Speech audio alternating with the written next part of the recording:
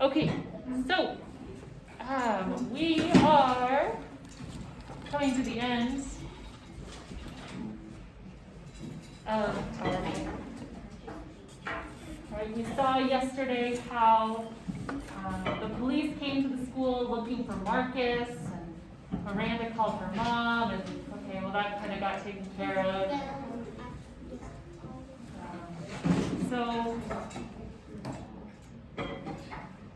And then just, time passed, and right, Anne-Marie's birthday, and, Sal. And she hit Sal because Marcus said why he hit Sal. Yeah, there's more about that. What else did you? I just wanted to say that your mom got the postcard from the game show. Yes. And so this chapter is called The $20,000 Pyramid.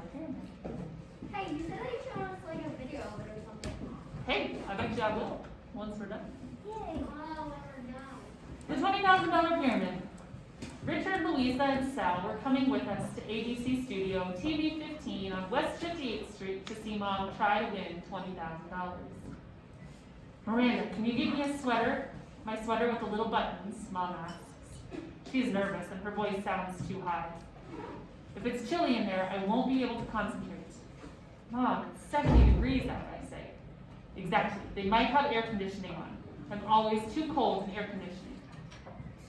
I get the sweater and check myself out again in Mom's closet mirror. I have on new jeans and a long-sleeve shirt with flowers embroidered on the sleeves that I borrowed from Julia. Richard has even polished my shoes for me with his special shoe brush. I try to fluff my hair, but my brain says, "What in the world are you fluffing your hair for? You know your hair doesn't fluff." And I stop. Richard buzzes from the lobby. Mom rushes to the intercom and yells, "We'll be right down, and happy birthday." We walked downstairs and stop at Sal and Louisa's door, which flies open as if they've been standing right inside waiting for us. "A big day," Louisa says. "Big day, big day, big day." She seems even more nervous than Mom. I look at Sal and he shrugs and says, "She's been like this all morning." We are very quiet on the subway. There are people in red blazers by the studio doors. "Contestants to the left," one of them says, "audience to the right." And I suddenly realize it's time to say goodbye to Mom. She's standing there looking terrified and holding onto her bag with her sweater and her extra clothes and her barrettes. I go over and hug her while Richard gives her a kiss and Louisa says, "We love you," when Sal looks at the floor and says good luck. "You're going to win," I say. "I know it." "Don't get your hopes up," Mom says, and then we watch her disappear behind the door. We walk into the studio, which is like a theater with all the $20,000 pyramid stuff up on the stage.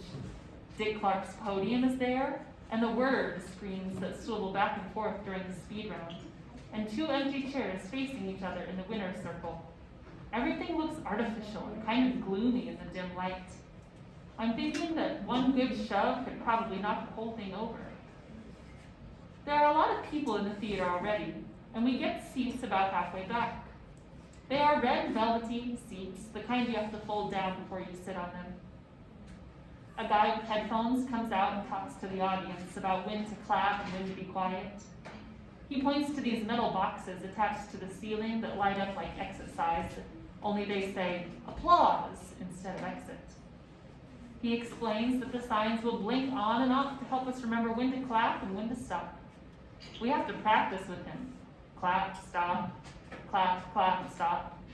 It sounds a little silly, but Louisa and Richard are taking it very seriously. Sal and I laugh and dare each other to clap at the wrong time. The stage lights come on and suddenly the whole set is glowing like July at the beach. Much more colorful. Richard takes my hand. Dick Clark comes out and says hi to the audience, and Louisa starts talking about how she has always liked Dick Clark, how he always seemed like one of the nicest people on television, and now now that she sees him, she thinks she likes him even more. "It's amazing," she asks. "Isn't it amazing how he never seems to age? He looks just the same today as he did back in 1956. She said she might ask him for some autographs after the show for the old people at her nursing home, because she's sure they would get a big kick out of that. Louisa is talking even faster than Mrs. Bindocker at the monthly tenant meeting. And then suddenly, she's quiet. I look at her and see that she's biting her lips. Everything starts to happen very fast. There's music. Dick Clark makes a funny face like he's afraid he might be late, and he hops over to the podium. The celebrities take the stage. I've never heard of either one of them. The next thing I know, Mom is coming out with her hair clamped back in barrettes, looking smaller than ever. But she is wonderful. The speed round is a thing of beauty. Mom gets 7 words out of 7 every time and wins the cash bonus. Her celebrity is not as dumb as a bag of hair. In fact, her celebrity is not remotely dumb. The other contestant is good, but his celebrity speaks too slowly and says the word that while giving clues for the word batter, an amateur's mistake. They lose that point and a couple of others. Before I know it, Dick Clark is leading Mom over to the winner's circle. This is it, I hear Richard whisper to himself. $10,000. $10,000, my brain says. $10,000. Mom looks determined. Mom's celebrity looks determined. Mom looks scared. Dick Clark is smiling. He's the only one who looks relaxed. He's chatting with Mom for a minute, and I know Mom is trying to focus. Lift a corner of her veil so she'll be able to see the big things, so she can see the thread. Dick Clark is still talking, and I realize we never practiced the chatting. I'm suddenly afraid. I'm here in the ocean. How can Mom lift her veil and see the magic thread with Dick Clark talking to her about her stupid job? I focus on Mom and try to help her concentrate. Louisa is getting nervous again, and she starts whispering about Dick Clark. He doesn't age, I tell you. Dick Clark simply doesn't age. It's amazing. I'm thinking to myself, magic thread, and I'm almost staring at Mom so hard that my eyes are aching. Finally, Dick Clark is done chatting. Here's your first subject, he says. Go. Then the strangest thing happens. Wait, what? Okay, Yeah. this chapter is called Magic Thread.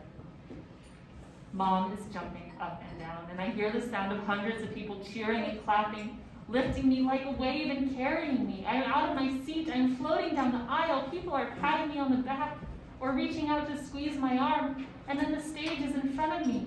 I'm going up some steps, and then light is everywhere, too bright and it's hot. Mom is still leaping around. She's hugging her celebrity, she's hugging Dick Clark. One of her barrettes is down by the side of her face, hanging on for dear life and banging against her cheek. She hugs me, and my head is jumped up and my head is pulled up and down as she jumps, so that I am forced to jump with her. I feel happy. I smile and grab Mom's hands and jump up and down with her. I let go of her and raise my arms over my head and feel the audience roar louder. I'm not thinking of the wall-to-wall carpet or the camera or the trip to China.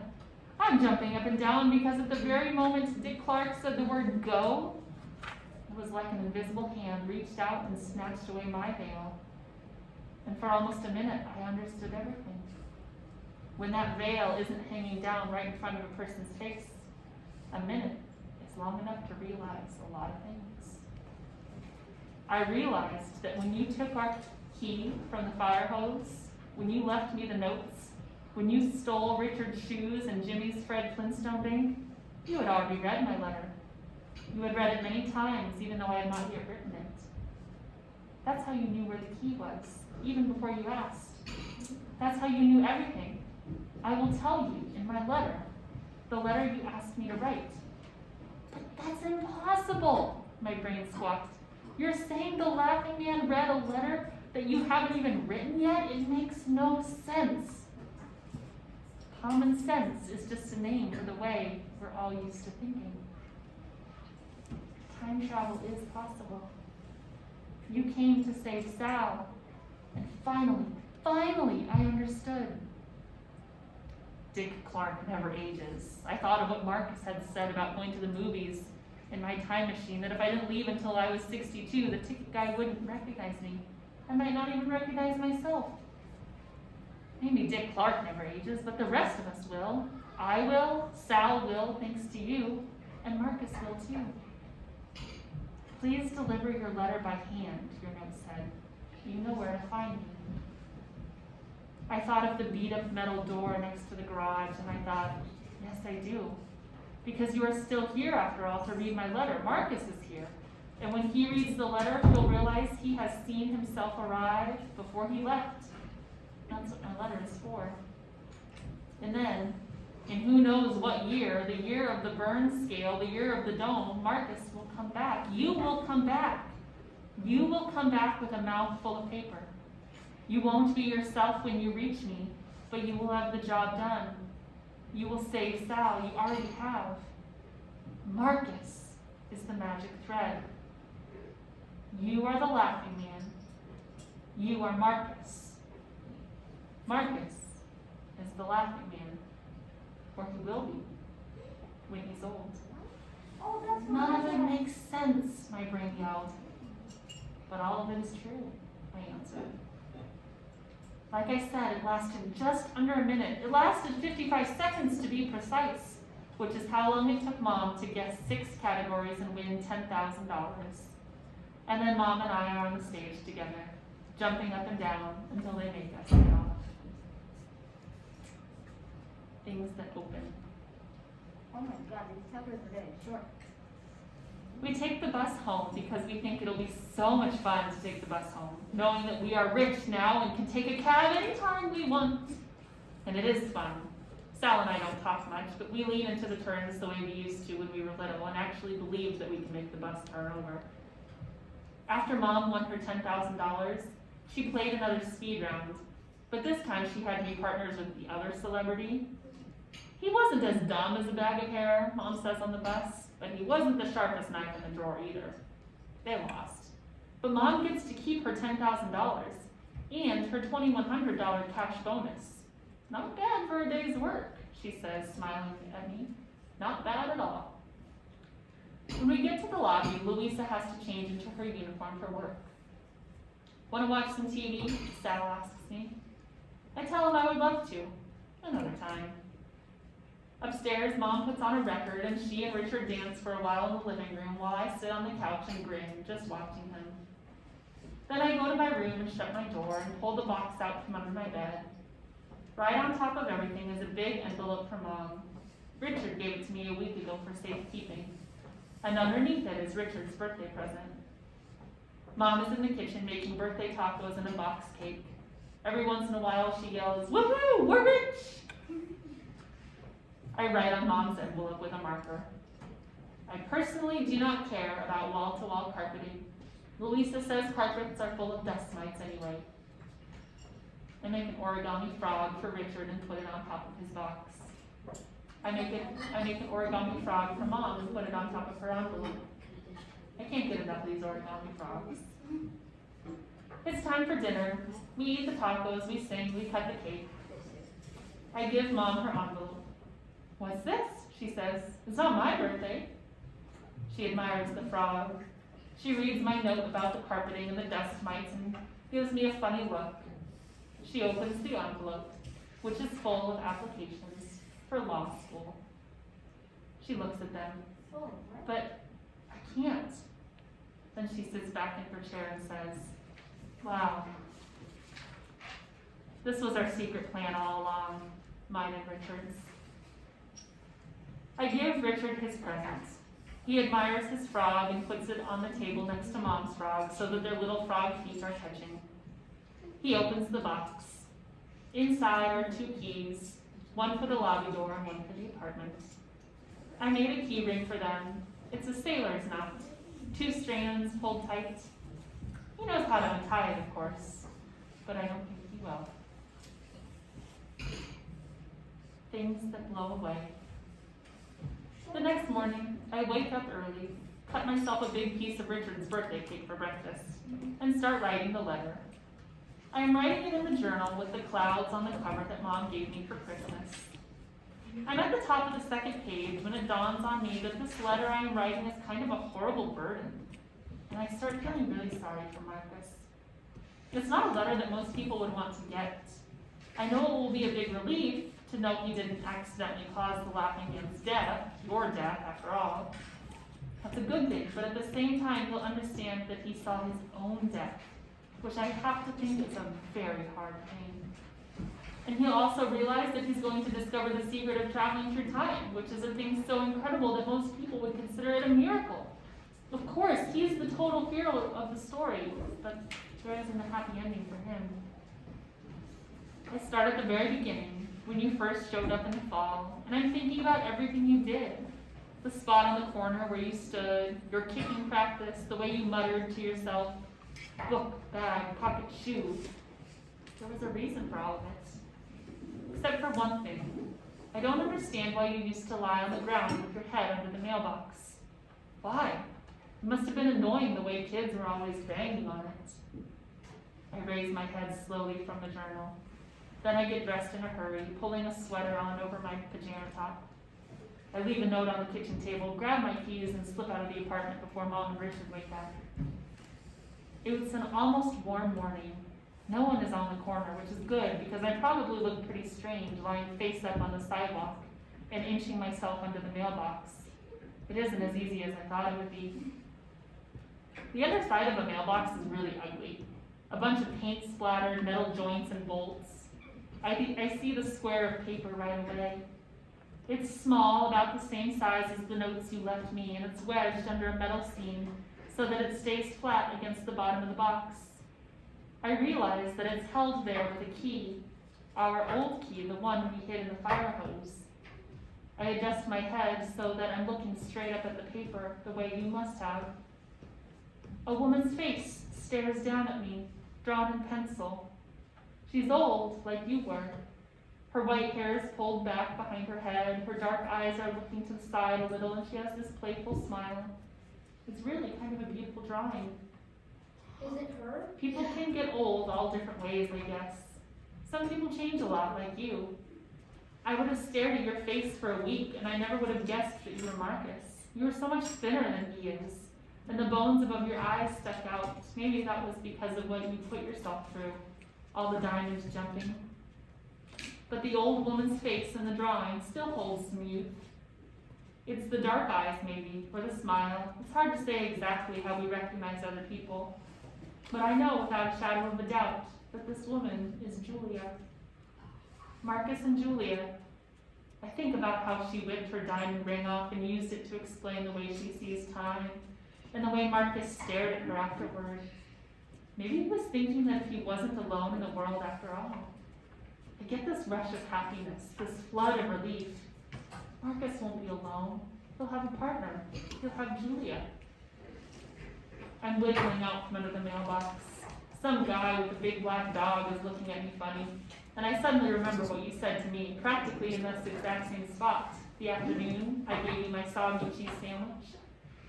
I'm an old man. She's gone now, so don't worry, okay? I believe that you were ready, but I still think it's sad. I leave the drawing there, wedged underneath the mailbox with our key. It doesn't seem right to take it.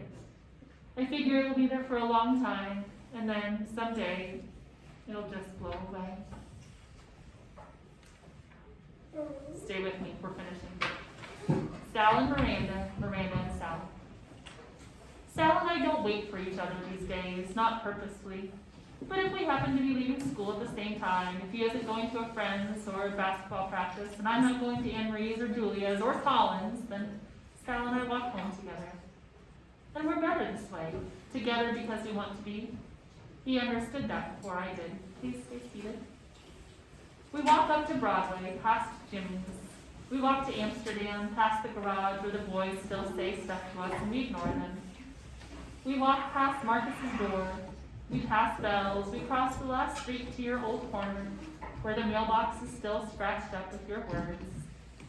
And when we are safely across, Sal always gives a little salute. And sometimes I look up and shake my fist at the sky. Please stay with me, last bit. Parting gifts. My letter is almost finished now. Very soon I will bring it to Marcus, just like you asked. There are things I can tell him, things I think I figured out. Like that those naked guys, the ones running down the street on the days we had to eat lunch in the school cafeteria, and the one I saw flickering in and out before the accident, they were all you, learning how to get there. Practicing. You said you couldn't carry anything, and I guess that includes clothes.